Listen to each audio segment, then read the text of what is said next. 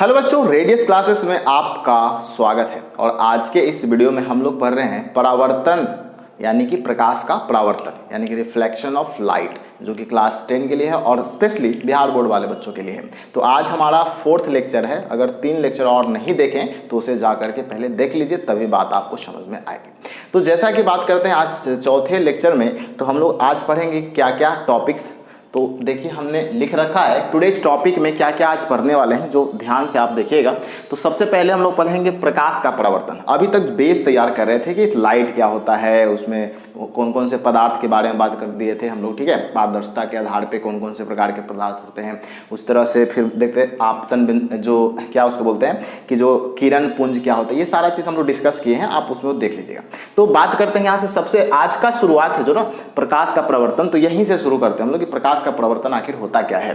तो सबसे पहला हम लोग टॉपिक पढ़ने वाले हैं कि प्रकाश का परावर्तन क्या होता है। दूसरा पढ़ेंगे कि दर्पण की बनावट, किस प्रकार से जो दर्पण होता है उसको कैसे बनाया जाता है। और लास्ट जो टॉपिक हमारा होगा वो होगा जो परावर्तन के जो नियम हैं, लॉज ऑफ रिफ्लेक्शंस, उसके बारे में समझेंगे। तो चलिए देर न करते हुए समझते हैं। सबसे पहला जो टॉपिक है दैट इज आपका प्रकाश का परावर्तन। देखिए हमने पहले ही पढ़ा है कि लाइट जो होता है एक फॉर्म ऑफ एनर्जी है जो हमें देखने में मदद करता है। अब ऐसे होता क्या है, जब लाइट हम लोग पे पड़ता है या तो किसी भी सरफेसेस पे पड़ता है तो वहाँ से कुछ लाइट रिफ्लेक्ट होता है और कुछ लाइट क्या हो जाता है, एब्जॉर्ब हो जाता है। लेकिन अगर वही सरफेस बहुत ज़्यादा पॉलिश्ड होगा, बहुत ज़्यादा चिकना होगा, जैसे आप मिरर देख लो, ठीक है, दर्पण दो देखते हैं, तो उस पर अगर लाइट पड़ेगा तो पूरा का पूरा लाइट क्या हो जाएगा, एक तरह से बोल सकते हैं कि वो रिफ्लेक्ट बैक हो जाएगा, यानी कि वापस चला जाएगा, बाउंस बैक हो जाएगा। तो इसी फिनोमेना को, इसी प्रक्रिया को बोलते हैं लाइट का रिफ्लेक्शन यानी कि परावर्तन ऑफ, बोल सकते हैं परावर्तन, लाइट का परावर्तन, ठीक है। तो समझ में आ गया हो कि लाइट का परावर्तन क्या है। डेफिनेशन देखिए, बहुत शॉर्ट में डेफिनेशन लिखा हुआ है कि प्रकाश के किसी वस्तु से टकराकर लौटने को प्रकाश का परावर्तन करते हैं। यानी कि लाइट किसी चीज पर मारे, वहां से लाइट जो है रिफ्लेक्ट बैक कर गया, वापस लौट गया, तो उसी को बोलते हैं reflection of light, that is प्रकाश का परावर्तन, ठीक है। अब देखिए यहाँ पे कौन कौन से ऐसे सरफेसेस हैं जिसमें लाइट का परावर्तन हो सकता है अच्छे तरीके से। तो पॉलिश सरफेसेस, जितने भी चिकना सरफेसेस होगा ना, उन सभी में सबसे बेस्ट जो सरफेसेस है वो है आपका मिरर यानी कि दर्पण। दर्पण कई प्रकार के होते हैं, लेकिन अभी हम लोग फिलहाल समझने के लिए सिर्फ समतल दर्पण की बात करेंगे कि किस प्रकार से उस दर्पण को बनाया जाता है। यानी कि सेकंड जो हमारा टॉपिक होगा कि जो दर्पण का जो बनावट है उसको कैसे बनाया जाता है। तो आप सेकंड टॉपिक जो है हमारा समझने का कोशिश करते हैं हम लोग कि क्या है ये। अब देखिए इसमें क्या होता है, एक होता है रिफ्लेक्टिंग सरफेस, ठीक है। तो इस प्रकार से एक सरफेस है, 3 सरफेसेस आपको इसमें देखेंगे। तो एक होता है रिफ्लेक्टिंग सरफेस, जिसको चिकनी सतह बोलते हैं, स्मूथ सरफेस बोल सकते हैं, ठीक है। ये रिफ्लेक्ट करता है। अब इसी पर लाइट अगर पड़ेगा तो यहाँ पे रिफ्लेक्ट करेगा, यहाँ पे इमेज वगैरह बनेगा। उसके बाद जस्ट इसके बाद क्या होता है, एक सिल्वर कोटिंग किया जाता है, ठीक है। ये सिल्वर कोटिंग चांदी की परत, पतली परत डाला जाता है, थीन लेयर ऑफ सिल्वर, ठीक है। उसके बाद उसको प्रोटेक्ट करने के लिए, उस थीन लेयर को प्रोटेक्ट करने के लिए ऊपर से एक पेंट लगाया जाता है। वो कोई भी कलर का हो सकता है। यहाँ पे हमने लाल पेंट किया है, सुरक्षात्मक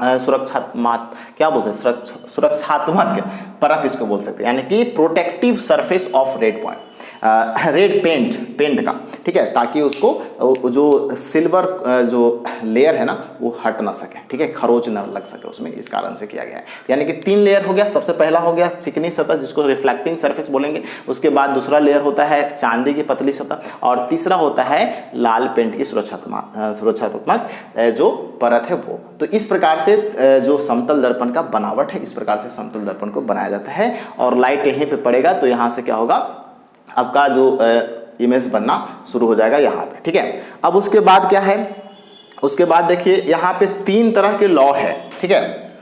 यहाँ पे देख सकते हैं लाइट से रिलेटेड, 2 तरह के लॉ है। उसको समझने से पहले आपको समझना क्या है, तो यहाँ पे देख लेते हैं हम लोग इसका रे डायग्राम जो है ना, उसको समझ लेते हैं कि इसमें क्या होता है। यहाँ पे आपको सब चीज़ मैंने लिख रखा है, उसको मैं थोड़ा सा यहाँ पे रफ में समझा देता हूँ ताकि आपको समझने में परेशानी ना हो। सबसे पहले देखिए, मान लीजिए समतल कोई सतह है, ठीक है। ये क्या है, समतल कोई अगर सतह है बच्चे, तो यहाँ पे सबसे पहला जो बिंदु होता है, यहाँ पे जिस पे लाइट पड़ेगा, तो इस बिंदु को हम लोग बोलते हैं अभिलंब, ठीक है। यहाँ पर एक अभिलंब डालते हैं परपेंडिकुलर, और इसको बोला जाता है आपतन बिंदु। अब यहाँ पे क्या है, मान लो कि लाइट यहाँ से जा रहा है, तो लाइट यहाँ से गया तो ये जो लाइट का रे जो फर्स्ट रे हुआ ना, तो इसको इंसिडेंट रे बोलेंगे, यानी कि इसको बोला जाता है इंसिडेंट रे या तो आपतित किरण बोला जाता है। और ये जब स्मूथ सरफेस है तो यहाँ से रिफ्लेक्ट बैक भी होगा उतना ही एंगल बना करके, इसको रिफ्लेक्टेड रे बोलते हैं या तो परावर्तित किरण बोला जाता है। ठीक है, समझ में आई होगा। अब उसके बाद क्या होता है, जो अभिलंब यानी कि जो नॉर्मल है और ये इंसिडेंट रे जो है, इसके बीच में जो एंगल बनेगा आई बनेगा, इसको बोलते हैं एंगल ऑफ इंसिडेंस यानी कि आपतन कोण बोलते हैं इसको। ठीक है, और यहाँ पे जो बनता है वो आर बनता है, जिसको बोलते हैं angle of reflection, that is परावर्तन कोण। अब यहाँ पे नियम तो कहता है, पढ़ेंगे हम लोग इसमें कि आई बराबर क्या होता है, आर होता है। तो ये सब के सब पॉइंट्स हैं।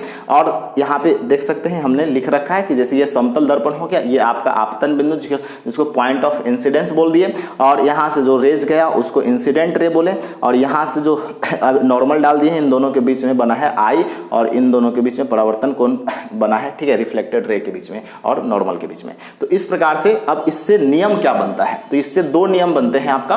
पहला नियम क्या है, देखिए पहला नियम की अगर बात करें तो देखिए ये फर्स्ट जो है ये रेज है इंसिडेंट रे, ठीक है, और फिर है नॉर्मल, और ये है आपका रिफ्लेक्टेड। ये तीनों के तीनों जो होता है यहाँ पे दिखा होगा कि आपतन किरण, परावर्तित किरण तथा आपतन बिंदु जो ये वाला है, ठीक है, इस पर जो अभिलंब खींचा गया है, अभिलंब की बात करते हैं, तो ये तीनों के तीनों एक ही समतल में होते हैं। पहला नियम ये कहता है। ठीक है, पहला नियम क्या कहा कि इंसिडेंट रे और normal and reflected ray all lies in the same plane, यानी कि एक ही समतल में सारे के सारे होंगे।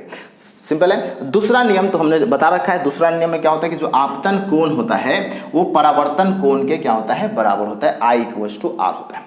ये किसी भी तरह का जो आपके पास अगर मिरर है ना, आगे हम लोग पढ़ेंगे टाइप्स ऑफ मिरर, जो कनकेव कन्वेक्स की बात करते हैं, उत्तल अवतल दर्पण की बात करते हैं, उन सबको आगे हम लोग पढ़ेंगे। ठीक है, तो उन सभी के सभी जितने भी मिरर्स हैं वो सभी के सभी मिरर क्या होगा, इस लॉ को फॉलो करेगा, यानी कि एंगल जो लॉज ऑफ रिफ्लेक्शन है उसको फॉलो करेगा। तो आई होप ये आज जो भी हमने टॉपिक आपको समझाने की कोशिश की है आपको बिल्कुल समझ में आ गया होगा। अगर कोई आपका डाउट है तो उसे आप कमेंट बॉक्स में ज़रूर लिखें, और कोई भी सुझाव हो तो भी कमेंट बॉक्स में पिन अप करना ना भूलें।